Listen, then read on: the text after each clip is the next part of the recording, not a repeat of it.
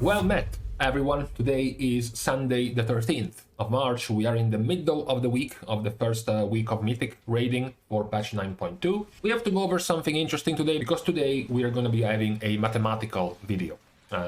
We have seen in the last couple of days the first numbers in the first week of heroic raiding and the numbers of the first 10 or so days of Mythic Plus, how the specs were faring in both of these activities. But there is something else that is worth going over.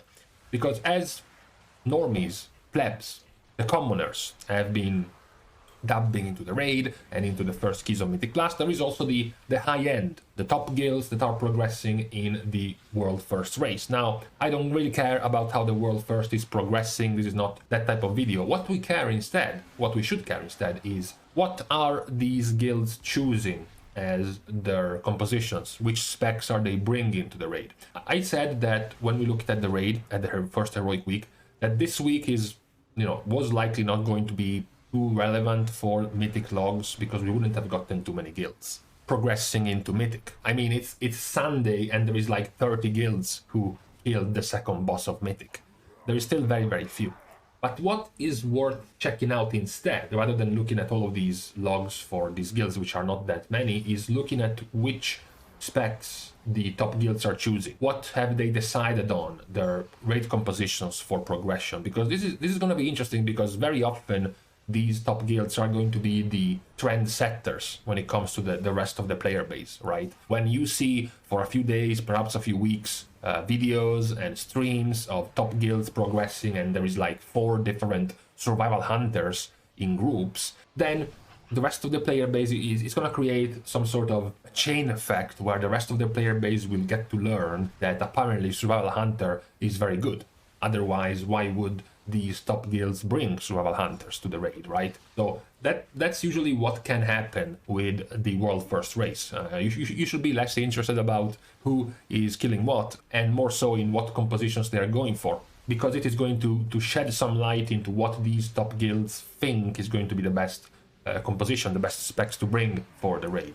Now, this is not always going to have the same effect. Okay, we have gotten in the past, in the previous tiers, guilds choosing on certain specs, and as a result, they would also become more popular with the rest of the player base. But other times, you have to consider that at the moment these guilds are playing basically a different version of the game than what 99% of the player base is going to see.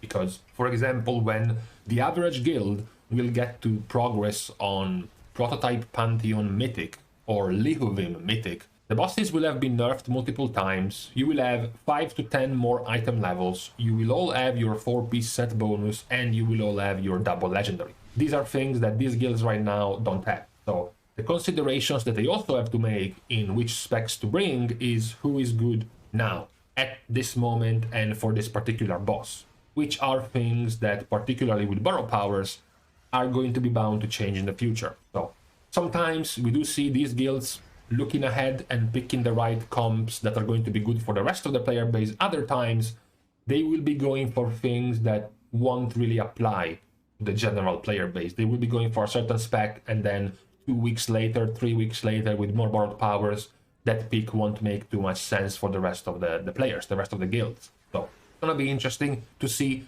how many of these choices are going to actually play out in a few weeks when the rest of the guilds are going to start progressing more and more into Mythic, and just how much of the initial compositions, the initial choices of these guilds are going to be similar to what the majority of the player base is going to go for when it comes to Mythic. So in terms of the composition, in terms of the choices of these guilds, let's start by looking at which of the tanks have been brought so far in these first few kills of the later on bosses. We're going to be looking at all of the logs, the kills of Dothang, of Zymox, of Prototype Pantheon, Lihuvim, the current progress of Alondrus as well. There is roughly 45-ish kills, more or less. So if a certain spec is being brought 45 or more times, it means there is basically 1 per boss, 1 per kill, pretty much. So, looking at tanks first. The number of tanks is going to be quite self-explanatory, because there are currently 45 Brewmaster monks. So, more or less, every single kill is being done with 1 Brewmaster monk. What we then have a little bit lower down is 34 protection paladins.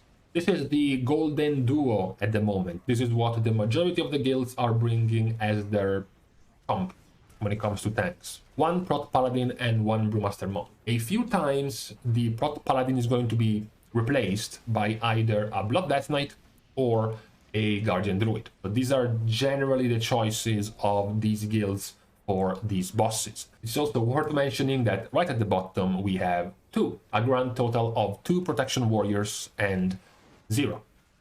Yes, not a single Vengeance Demon Hunter tank is being brought so far in these logs, in these skills, for Mythic progression at the high end, the very high end, the highest of ends. Now, this is mostly expected, I would say. Brewmaster Monk was the more stable of the tanks. Protection Paladin brings a lot of utility and a lot of damage as well in the raid, so it's not too surprising that these are the compositions that we see. Now, what is more surprising is when we go and start looking at healers. Because, okay, the first thing is not too surprising. The first thing is that we have gotten so far 6 Mistweaver Monks at the bottom. Okay, fine. That is quite believable, honestly, Mistweaver Monks being quite low. What we also see pretty high up is that we have 58 Holy Paladins. Okay, out of 45-ish logs, 58 Holy Paladins, 1 Paladin per kill, a few guilds having 2 Paladins per kill makes kind of sense. I can see it. It's pretty much the same as we have seen in Castonatria, as we have seen in Sanctum. So far, it's all according to plan. Now, when things start shaking around a little bit, is when we see 9 Discipline Priests. That's right. Discipline Priest is actually battling at the moment with Mistweaver Monk. Now, what is worth mentioning is that unlike Mistweaver, Discipline is in the class with a different spec available. So, what happens if there are only 9 Discipline Priests? Did everyone just move away from Discipline to a different class, or did they perhaps just simply respec to Holy Priest? But if Discipline is so low, does this mean that... But for Discipline to be so low, this would mean that tons of people have respect to Holy Priest then. You would be correct in this assumption, because at the moment there are 75 Holy Priests in Mythic progression out of 45-ish logs. This means that the majority of guilds are damn near bringing 2 Holy Priests for most of the fights. This is the biggest of changes for healers at the moment, but the changes are not done there, of course, because on top of this, given the Holy Priests are so popular, what we see next is not just 26 Restoration Druids, but also 18 Restoration Shamans. So the major change is that this would have looked somewhat believable if you swapped around Restoration Shamans with Holy Priests. Instead, it's the opposite at the moment for high-end, very top-end Mythic progression. This is reminiscent of what we saw as the start of Sanctum for these top guilds. The majority of the composition for healers was double Holy Paladin, double Discipline Priest. There were basically no Resto Shamans, and then the rest of the player base ended up choosing Restoration Shaman as their most played healer. This is a similar situation, except there is a new entry. It's no longer about Discipline and Holy Paladin. Right now it's the double Holy combo, Paladin and Priest. Now, I said this before, this part of this reason is because of the very high rot damage in the raid, consistent ticking damage. Currently, the amount of huge, gigantic hits requiring tons of damage reduction are not as prevalent. Think about the chain breaking of Soul Render. Think about the big AoE, the shatter of Ner'zhul, the spikes exploding on Kel'Thuzad, even the multiple Sylvanas' AoE situations where things like Spirit Link, things like Barrier were very good. Meanwhile, so far at the very least, in this raid there has been tons of instances of very consistent, very continuous damage. You have the constant ramping up ticking damage of Denatrius in Prototype Pantheon, the burden of sin that he has, which is just continuous damage. You have Halondrus. The entire fight is just tons of continuous damage. There isn't really one situation where it's like, let's all stack up, let's all pop our Spirit Link, our Darkness, our Devotion Aura. There aren't really that many situations like this. Also, there is the fact of being spread. specs like Restoration Shaman and to a degree, but not as much, Discipline Priest suffer a little bit more when the raid is spread, because as a Resto Shaman you want to heal with Healing Rain, you have Earthen Wall Totem, you have Chain Heal, you have Wellspring, Spirit Link. Many of these abilities are in a small circle, in a small cone, they are close to each other, they are stacked. So when you have fights like Halondrus where the whole raid has to spread, you have fights like Prototype Pantheon where you often have to spread and run around. You have Lihuvin where you also have to be far apart to a decent degree. This makes this type of stacking specs much weaker, and specs that can heal without too many issues, groups who are spread far apart like Holy Priest, gain much more value because they don't lose as much potential healing if the rest of the group is spread. So this is the current situation we have for healers. The current change at the top of guilds with Holy Priest being represented. It's going to be interesting in the last few bosses if this is going to continue, because sure, we don't know how Mythic works, but Anduin is a quite stacked fight, so there is lots of room for these stacked type of healers to be good.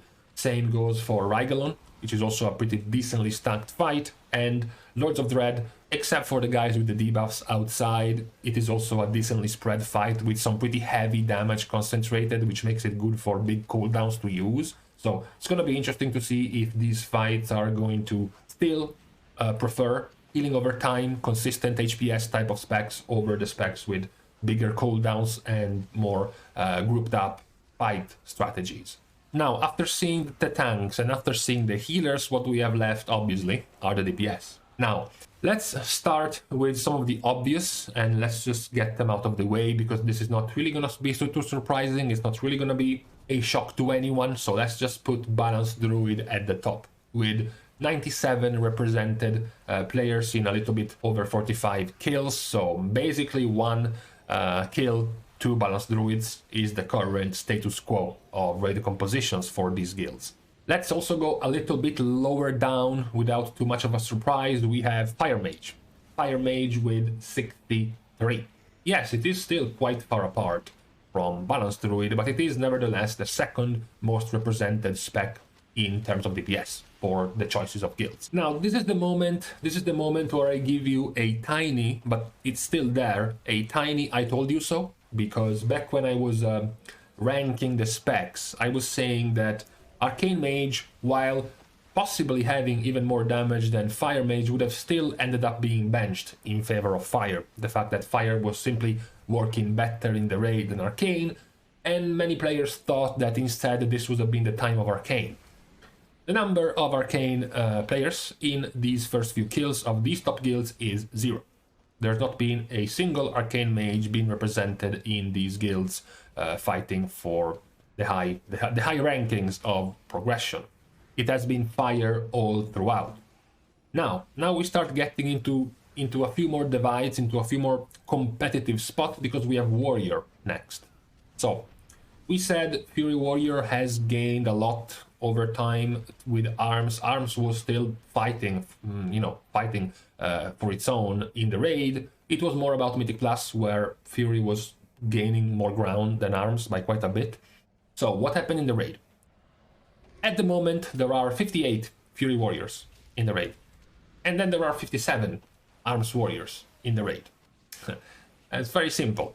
The split is based on whether or not the boss is pure single target or has some quite nasty DPS checks for single target, or some juicy execute phases for warriors if they are arms. And then if the boss has more AoE, more consistent multi-target fights, then it's when Fury is being played.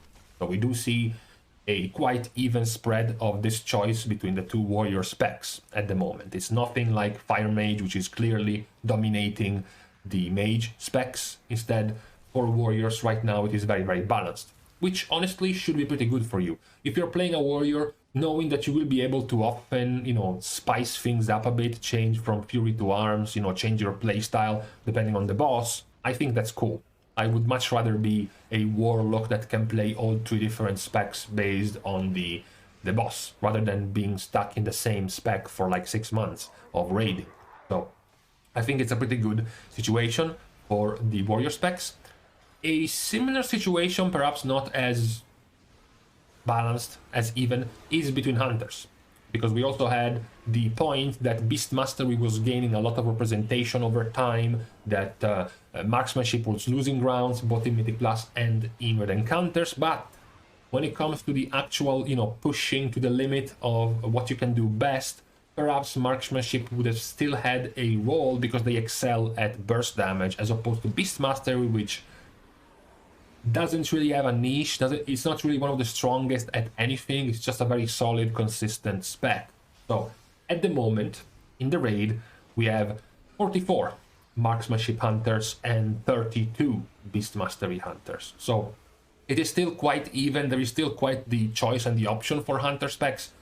The divide here is similar to what we have in warriors, in the sense that the more AoE heavy situations, where more burst damage, where more Night Fae, Wild Spirits type of burst of a marksmanship hunter is needed, that's where marksmanships will be more represented, whereas more standard single target type of fights is where beast mastery is going to be needed more.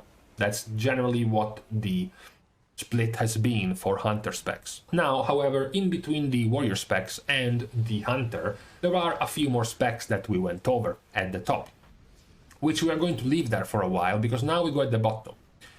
At the bottom of representation, we have the Destruction Warlocks, the Shadow Priests, the Windwalker Monks, the Survival Hunters, and the Assassination Rogues. Those are the specs that don't get into the more than 10 recorded kills. So, not surprising that Assassination is this low when you know who is going to be high. It's also not surprising that Destruction is this low when you know who is going to be very high. Survival, it's expected, as I said, regardless of how powerful it is still not going to be a popular spec no matter what. That's just how it is. Many of the specs are also not going to be mentioned simply because they are not present at all. Specs like Unholy Death Knight, for example, specs like Arcane Mage, specs like Outlaw Rogue, so they're not being mentioned simply because they have not shown up yet in these kills. So that is the bottom. It's worth mentioning that the majority of these logs for Survival and for Assassination have been respecs for particular bosses. So Assassination has been used for Prototype Pantheon, and Survival has been used for Lehuvin. That's basically the only time they pop up, just for this specific boss, and then they go out again for other specs. Now, you can go back to the top that we left behind.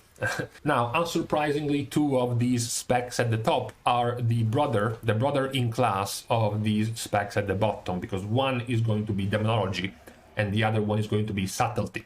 So, unsurprisingly, the spec of choice for Warlock is Demonology at the moment in the raid. They have 54 represented kills when it comes to Warlocks, and for Subtlety they have 51.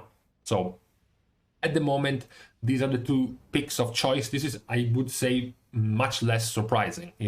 We knew that there might have been some debate between Fury and Arms. There might have been some debate between Marksmanship and Beast Mastery. Where we did know there wasn't going to be a debate was in the choice of the Warlock spec or the choice of the Rogue spec. These were much more streamlined from the last patch to this one. Both Demonology and Subtlety were on a rise already, so this is par for the course of what we expected in terms of the choices of these top guilds, of which specs to go for. Now, in between these fratricides, in between these fights within the same class of specs, there is one standalone spec that is just chilling in the middle, which is Havoc. Because Havoc is also at the top of choices for melee DPS with 51 logs, tied more or less with Subtlety. So Havoc is also a consistent choice. As we said, the more Vengeance gets lost in the Nether, the less it gets represented, the more important it's going to be to bring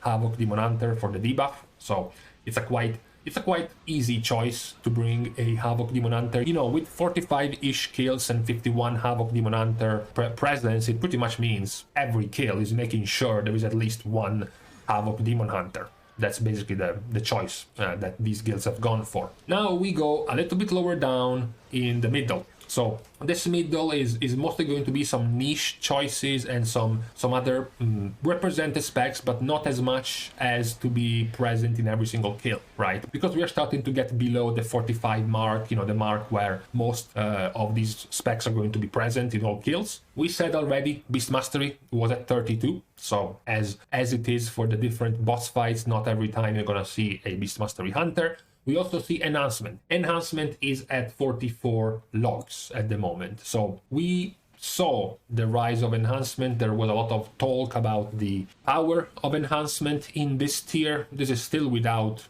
their full-on power of double legendary and full-on 4-piece tier set, but it is still a choice. But it is still a choice of these top guilds to make sure they have an Enhancement Shaman in almost every one of their comps.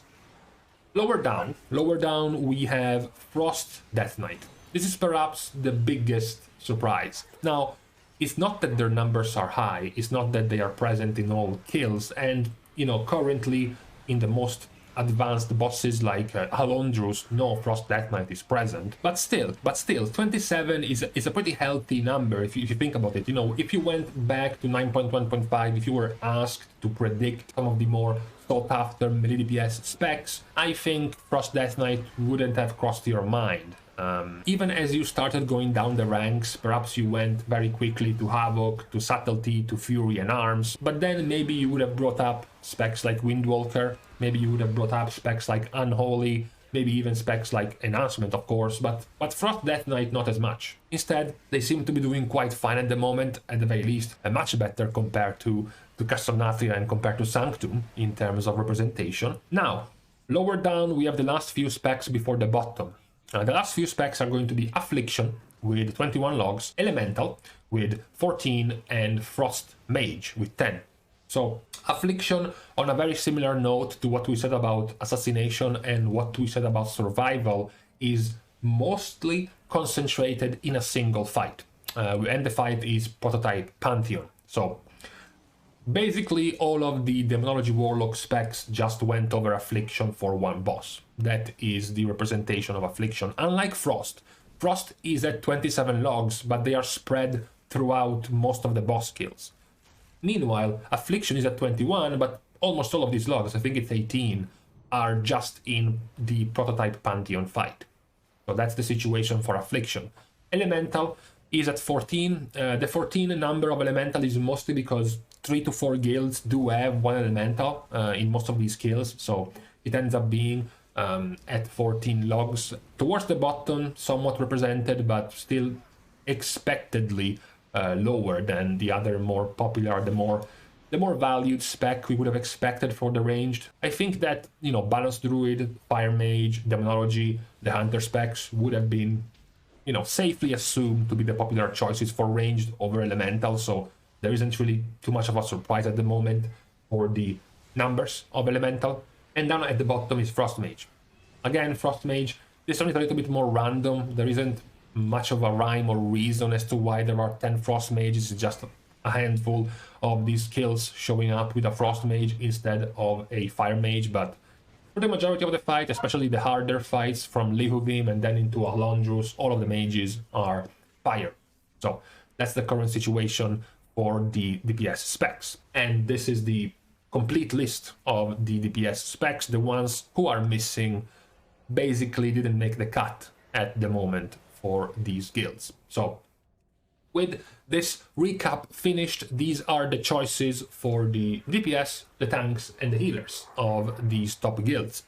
We do see many expected results. I think that Brewmaster and Prot Paladin were expected for tanks. Holy Paladin was expected for healers. We do see Balance, Fire, Fury, Arms, Demonology were all expected picks. Subtlety as well, the Hunter specs were expected picks for DPS to be at the top, even though we do have a few interesting choices. Of course, the rise of Holy Priest at the moment for these top guilds being the option.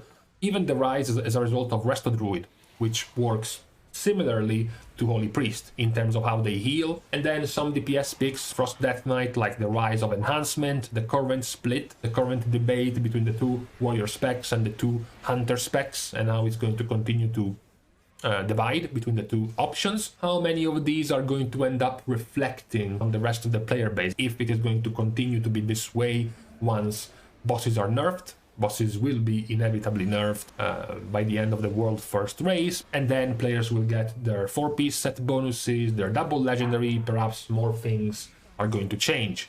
But for now, these are the choices of these guilds. I thought it was going to be interesting to display. Now, with this being said, I'm going to leave you to the rest of your Sunday, the last day of the weekend. Thank you guys for watching the video and for helping to grow the channel. You can do more, of course, by liking on the video and commenting down below, as well as subscribing to the channel. But me and my lawyers have decided to open up the subscription button for today, but only to the players playing specs under the 20 logs represented in the top guilds. You can also, but I don't know why would you, follow me up on Twitter over here, as well as supporting me on Patreon if you are hallucinating or something over here. Thank you guys for watching. See you guys soon. And in the meantime, so there is this dog who I'm pretty sure starts barking only when I'm trying to speak. It's become some sort of mind games between me and him to try to get him to shut up when I'm talking. Oh, damn.